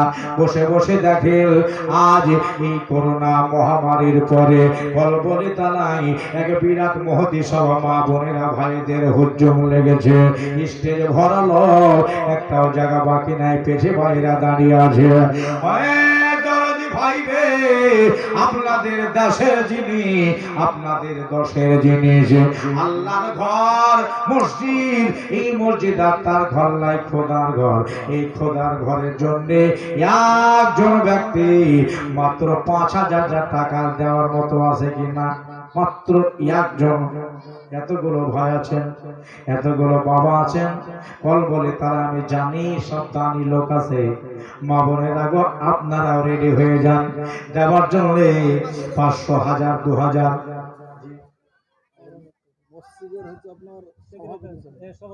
সুবহানাল্লাহ। মসজিদের সভাপতি সাহেব কি নাম যেন? জনাব মুজাম্মিল হক সাহেব। ইনি বলতেছেন আমি 5000 দেব। পৌঁছিয়ে গেলেন, সারা রাত এই জায়গায় থাকবে, আর সারা রাত কেটে গেল। বলেছিলাম তারা একটা করে খজুর খেয়ে মারুফা বিবি 5 ব্যাগ সিমেন্ট और শাশুড়ি 5 বস্তা সিমেন্ট লাগান। আল্লাহর নবী সাল্লাল্লাহু আলাইহি ওয়াসাল্লাম খুব খেয়াল 5 ব্যাগ সকাল বেলাতে ওই 313 জনকে নিয়ে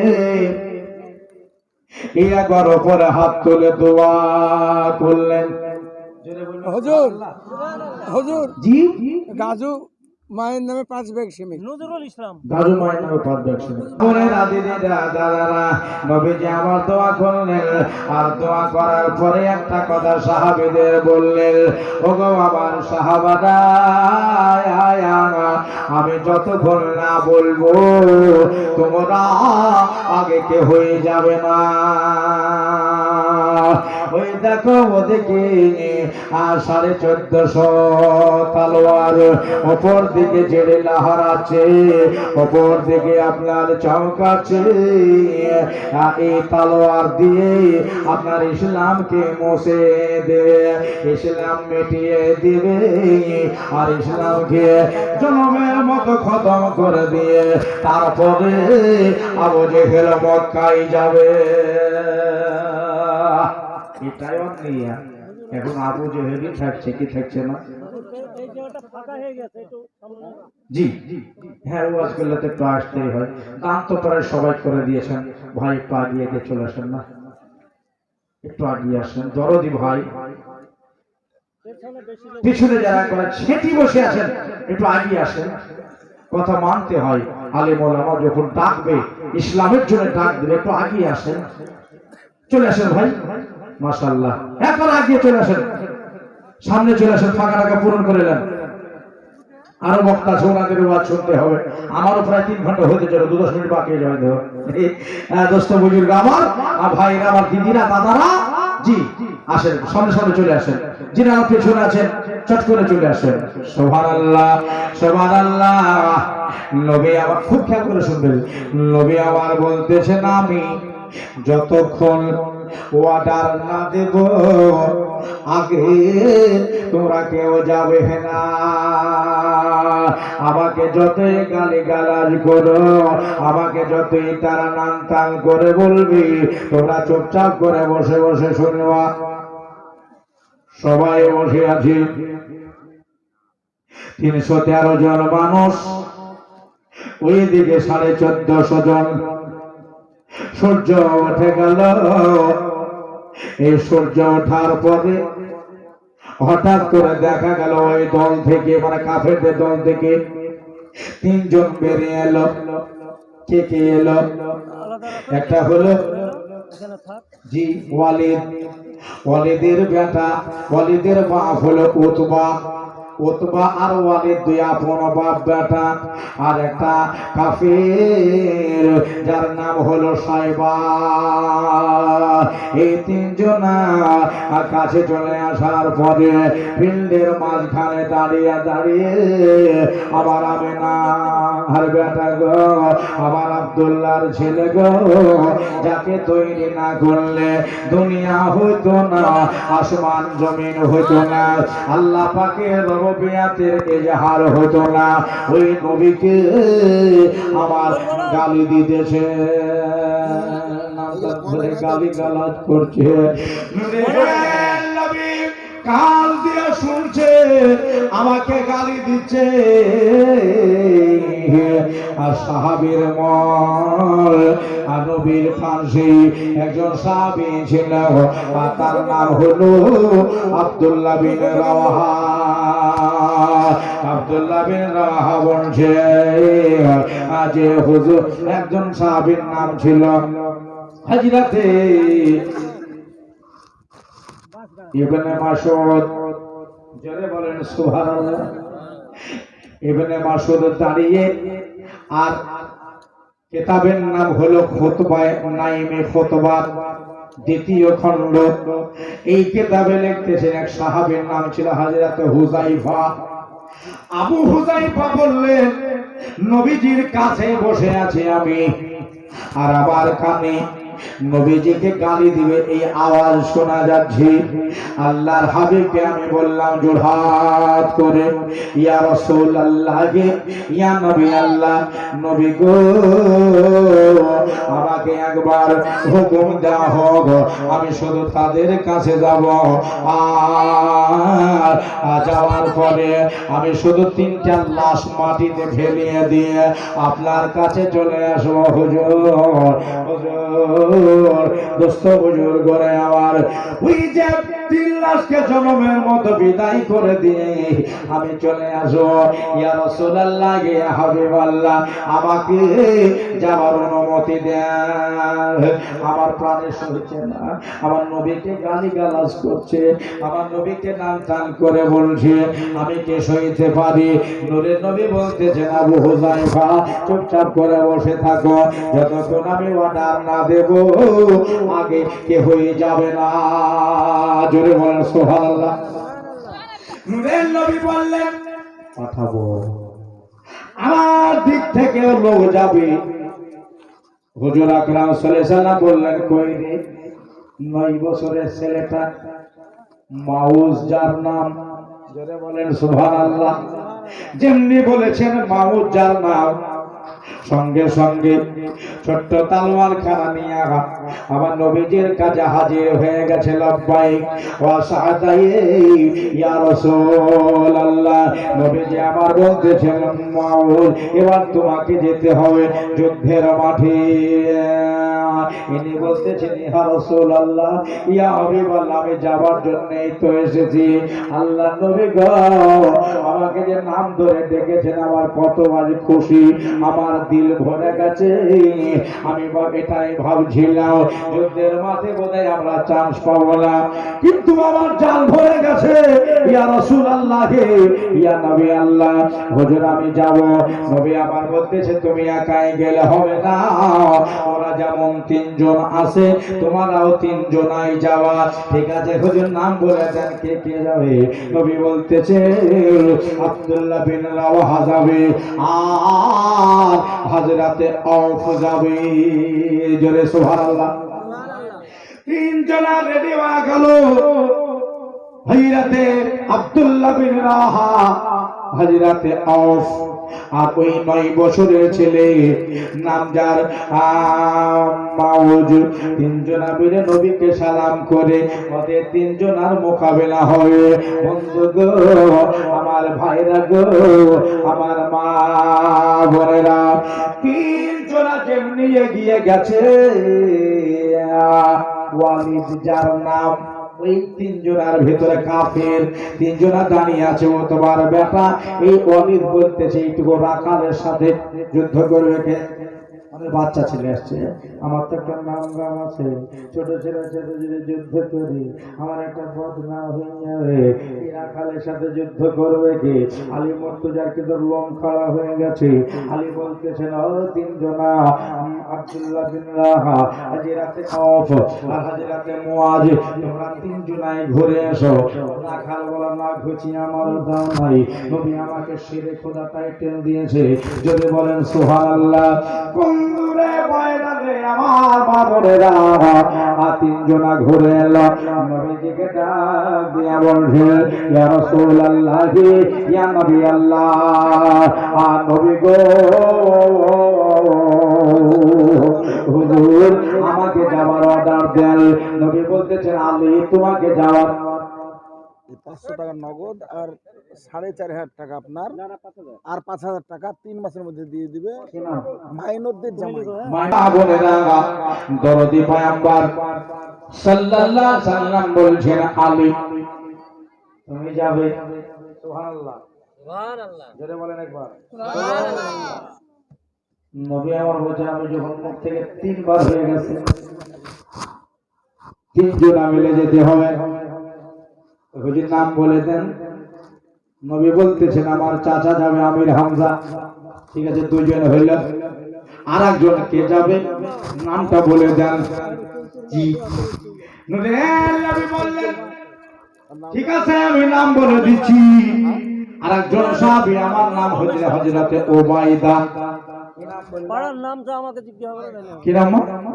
হযরতে ওবাইদা রাদিয়াল্লাহু তাআলা আনহু। এই তিনজনাই যাবে। রেডি হয়ে গেল। হযরতে আলী মুর্তজা বলতেছেন নবী গো দোয়া করবেন ইসলামের পহিলা যুদ্ধ আজ রণক্ষেত্রে নামলাম। নবীকে সালাম করে হাতে উলঙ্গ তলোয়ার এগিয়ে গেলেন। রমেশা বাবা আর স্বামীর নামে ছেলের নামে 1100 টাকা। রমেশা বাবা স্বামীর নামে ছেলের নামে 1100 টাকা দিয়েছে মসজিদের জন্য। আল্লাহ রমেশা দান কবুল করুন। আর রাবিয়া বিবি রাবিয়া বিবি ছেলে মেয়ের নামে 500 টাকা দিয়েছে। আমার বড় মেয়ের নাম রাবিয়া। সুবহানাল্লাহ। নারে তাকবীর, নারে রিসালাত। দানকারী জোরে বলেন জিন্দাবাদ। 500 টাকা দিলেন। ভাইজান বেরাদারান ইসলাম সামাইয়ে কেরাম, আল্লাহ পাক রব্বে কায়নাত জুল জালালি ওয়াল ইকরাম আজ যাদেরকে দান করার সুযোগ দিয়েছে আজ মুক্ত হস্তে দান দিচ্ছে। ভাই এখানে মায়েদের ভিতরে কালাই দিনে বলে আরো কিন্তু আছে, যদি পারেন আপনি একটা দেন না। না কাল দিয়ে নেই ফটো পাঠিয়ে দিয়ে মসজিদে ইমাম সাহেব থেকে নাম লিখে নিবে। জি দোয়া বসে করে শেষের বেলা তো দোয়া একবার আমিও করবো। 5000 টাকা মইনুদ্দিনে জামাই দিল।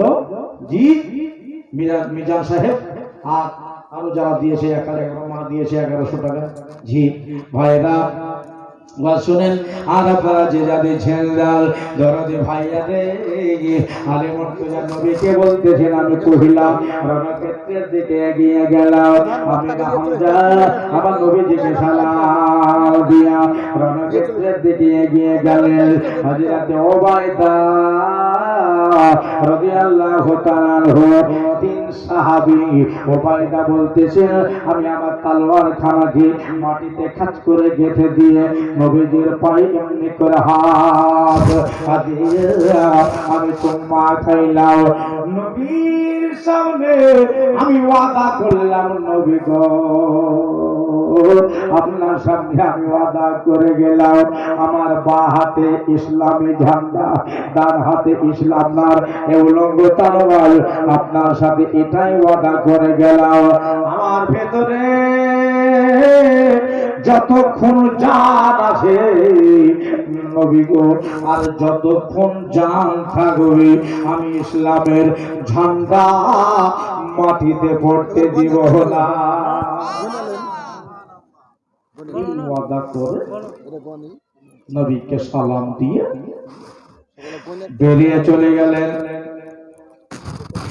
ওবাইদা সোজা গিয়ে দাঁড়িয়েছে সাইবার কাছে, একবারে আমরা সামনে। আলী দাঁড়িয়েছে বড় পালওয়ান ওয়ালিদের কাছে। নবীজির চাচা আমির হামজা দাঁড়িয়েছে ওয়ালিদের বাপ উতবার কাছে। তিনজনা সিঙ্গেল মোকাবেলা হবে। আলী বলতেছেন ওয়ালিদ রে তো বিরাট নাও, বিদেশ পেহলবানি করতে যাও, হায়ারে তুমি মাস্তানি করতে যাও, তাহলে শোনো আমি নবীর সাথে একটা ছোট্ট মানুষ এসেছি, আমি নিজে বড়াই করব না, আমি নিজে নাম করব না, তুই আগে আমারে তলোয়ার মার, আমরা আগে কাউকে মারি না, আর আমাকে মারার পরে তুই একবার মজাটা দেখলে। ওয়ালিদ বলতেছে তলোয়ার তুলে আলীর গর্দানে ভাড়াম করে মেরে দিলাম। মারাই হলো কিন্তু আলীর গলা কাটেনি, কিন্তু ঢাল দিয়ে রুখে দিয়েছে। জোরে বলেন ঢাল দিয়ে রুখে নিয়েছে। এই রাতে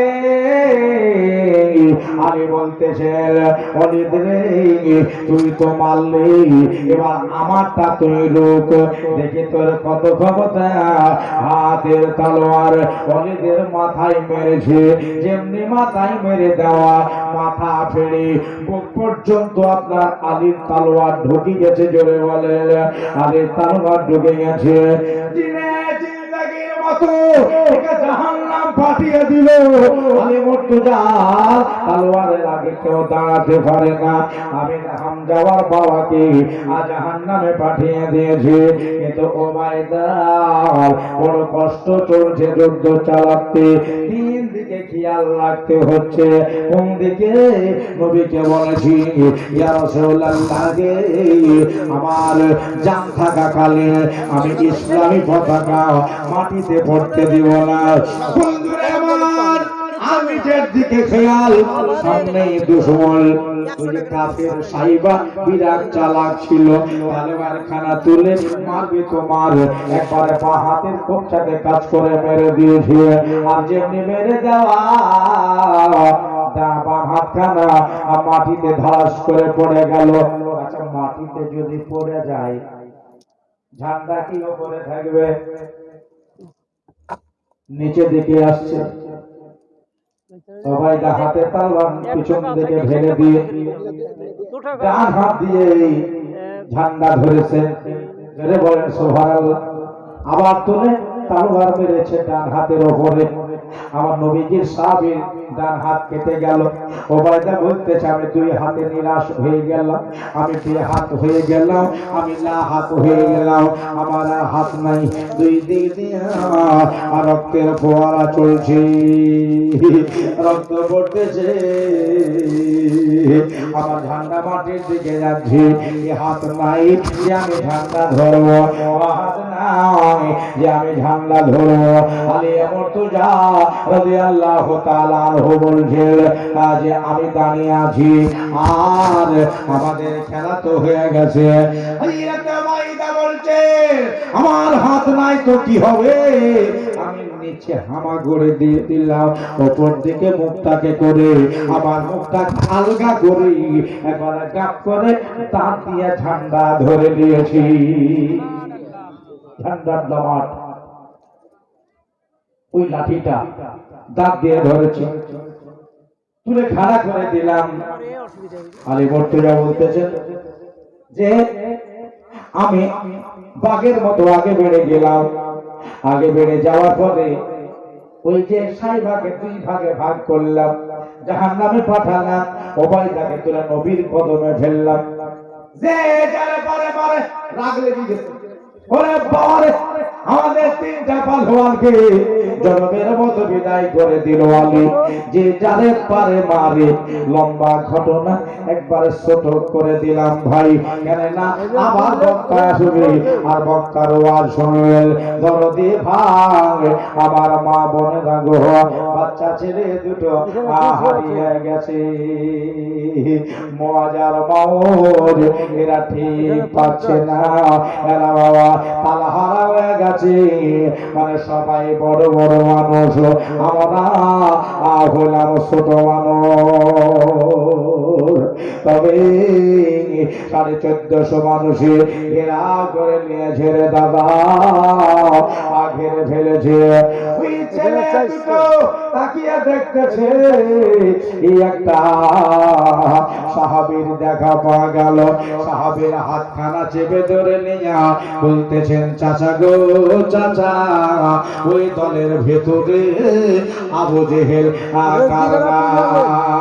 জোরে বলেন সুবহানাল্লাহ। বলে বাবা কেন?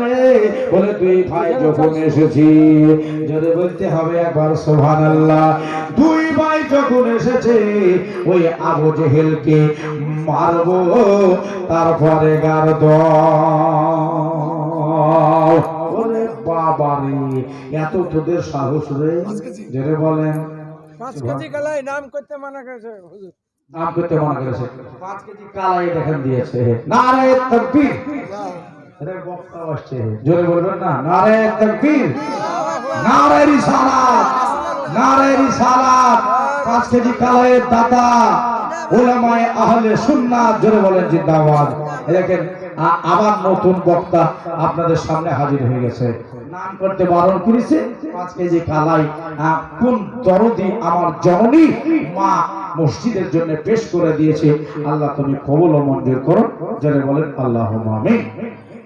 দাদারা আর শুনবেন না?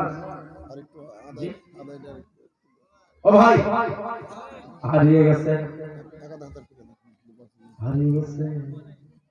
দুটা ছেলে চাচাকে বলতে যাবো যে হেল কোথায়, নবী রাস্তায় কাঁটা বিছাই, নবীকে গালি গালাজ করে, নবীর জন্য খোদ করে কুহা করে রাখে। দেখাও সাহাবী বলছে তো সাহস কম লাগে, ওকে মারতে পারিস, ও তো হলো নেতা, আর আগে পেছে 10-12টা গাইড লেগে আছে।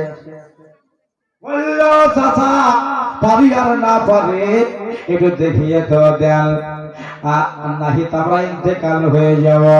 দাদারা গো, আমার ভাইরা, আমার মা বলে না। চাচাজি ছেড়ে দেখিয়ে দিল, ওই দেখ পেছে আল্লাহ হলো আবু জাহেল। ছোট ছেলে দুটা, বড়টা বলছে আবু জাহেল কেন তোকেছে, ছোটটা বলতেছে নেতার লোকের কাজী এমনি হয়, ওদের পেছে বেশি থাকে। দুই ছেলে বলছেন কি করে যায়, ছোটটা বলল আমরা তো জান দিতে এসেছি, তাকান তাকান, আমরা তো জান দিতে এসেছি, আমাদের দলের ভেতর আমরাই ছোট, ওদের দলের ভেতর আমরাই ছোট। তাকাও, চলো হাঁটতে হাঁটতে চলে যাই। মানুষ মুখে মুখে তাকাতাকি করছি, ওরা উপরে তাকা, নিচে নিচে গিয়ে একবারে আবু জেহেলের পিছনে দাঁড়িয়ে গেছে। আবু জেহেলকে 10-12 জন জোগাচ্ছে, নিগরানি করছে, একে আপনার নিগরানি করছে। আবু জেহেল দাঁড়িয়ে দাঁড়িয়ে যুদ্ধ দেখছে। ছেলে দুটা গিয়ে পিছে দাঁড়িয়ে গেল, ছোট দাঁড়িয়ে রয়েছে, বড় দাঁড়িয়ে আছে। বড়টা একবার উপরে তাকায়, একবার নিচে তাকায়। বড় ভাই বলল ইশারা দিয়ে, ভাই রে আশায় হলো কাজ হবে না। কেন?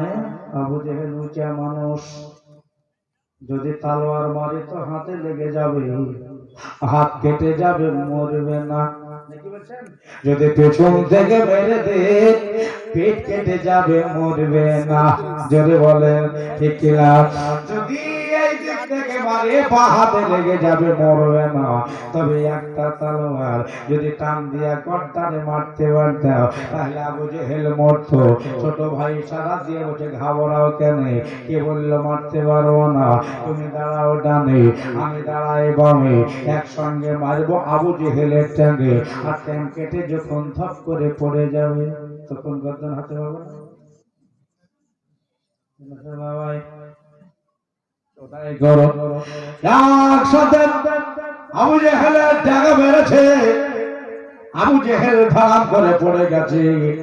পড়ে যাওয়ার পরে আবু জেহেলের গর্দানে দুই ভাইয়ের তলোয়ার মেরে দেওয়ার পরে দুটা ছেলে বসে আর এখানে দাঁড়াস না, চল যাই এখান থেকে কেটে বডি। আর এদিকে 10-12 টাকার যুদ্ধ দিচ্ছে, এদিকে যে নেতার একাজ হয়েছে বুঝতে পারেনি, ওর একটা আক্রামাও ওর ভিতরে আছে। তো একটা গাইডের পায়ের সাথে আবু জেহেলের পা ফাদাম করে লেগেছে। জোগাতে জোগাতে শেষ করে দিয়েছে। আর কাকে জোগাতে এসেছিস? বলে কেন আবু জেহেলকে? কই তোর আবু জেহেল? বলে জিলাই নিচের দিকে তাকাকে ফেলিয়ে দিয়েছে। জোগাতে জোগাতে যখন সময় হয়ে যায় টেনে নেবে, কে মারলো রে?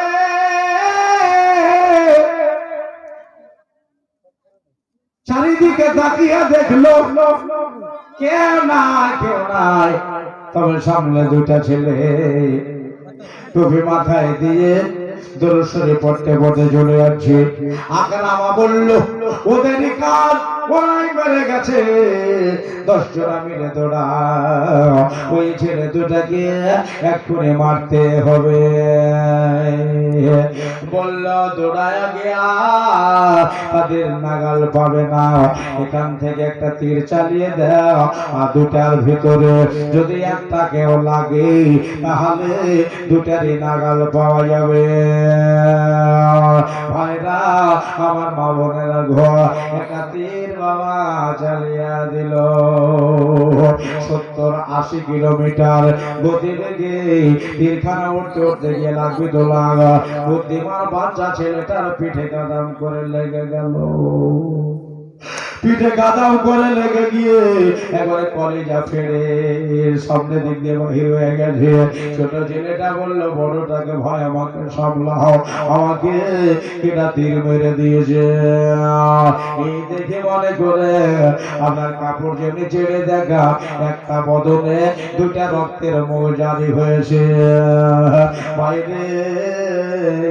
আর ছোট ছেলেটা থামতে পারে না, বসে গেল, বসে আর থামতে পারে না, শুয়ে পড়লো পাতলা মাছের মতো আফসাই দাফসাই। বড়টাকে বলছে, ভাই তুই পালিয়ে যা, বলে তোকে মেরে দেবে, আমার সালামটা আমার নবীর কাছে বলে দিও। ছোটটাকে ছেড়ে বড়টা যাইতে পারে না। বাইরে গো আমার বন্ধুরা, এমনি করে হাঁটুতে হাত দিয়ে ছোটটাকে সামলাচ্ছে। দশজনা কাছে ফিরে গেল, যেমনি ফিরে যাওয়া খাওয়ানিদা কাবিরুল একটা লম্বা বলল, তার পিঠে শো করেছে, জোরে মারলো, এত জোরে মারলো গো, বড় ভাইয়ের পিঠ ফেরে বুক দিয়া বল্লমের আগা বেরিয়ে গেছে। আর ঝোল সামলাতে পারে নাই, ছোট ভাইয়ের বুকে ধাপ করে পড়ে গেল। ছোট ভাই আর বড় ভাই এক জায়গায় এমনি হয়ে জোড়া হয়ে গেল। ছোট ভাইটা আবার বুকে গেঁদে গেছে, ওহো আহা বলে না, বাপরে মারে বলে চিৎকার মারে না। তাদের বলল না ভাই আর মারিও না, এই কথা না বলে তারা এক জায়গায় জোড়া হয়ে আলহামদুলিল্লাহ রাব্বিল আলামিন বলছে। এবার জোরে বল সুবহানাল্লাহ। আলহামদুলিল্লাহ রাব্বিল আলামিন বলছে। তাদের ভিতরে একজন বলল, বাবু তোরা এটা কেন বললি? বলল সব জায়গায় জোড়া হয়েছিল আর আজকেও জোড়া হয়ে আছে, এই জন্যই আল্লাহর শুকরিয়া আদায় করলাম। আলহামদুলিল্লাহ দিয়ে আল্লাহর তারিফ করতে হয়।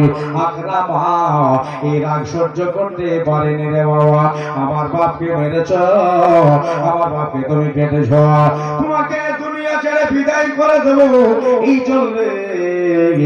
এটা বলল, এই বুকের ওপরে যে মারা আছে, পিঠের ওপর মারা আছে, এই বল্লমটাকে নিজে হাতে ধরে এমনি এমনি করে ঘোরাতে লাগলো।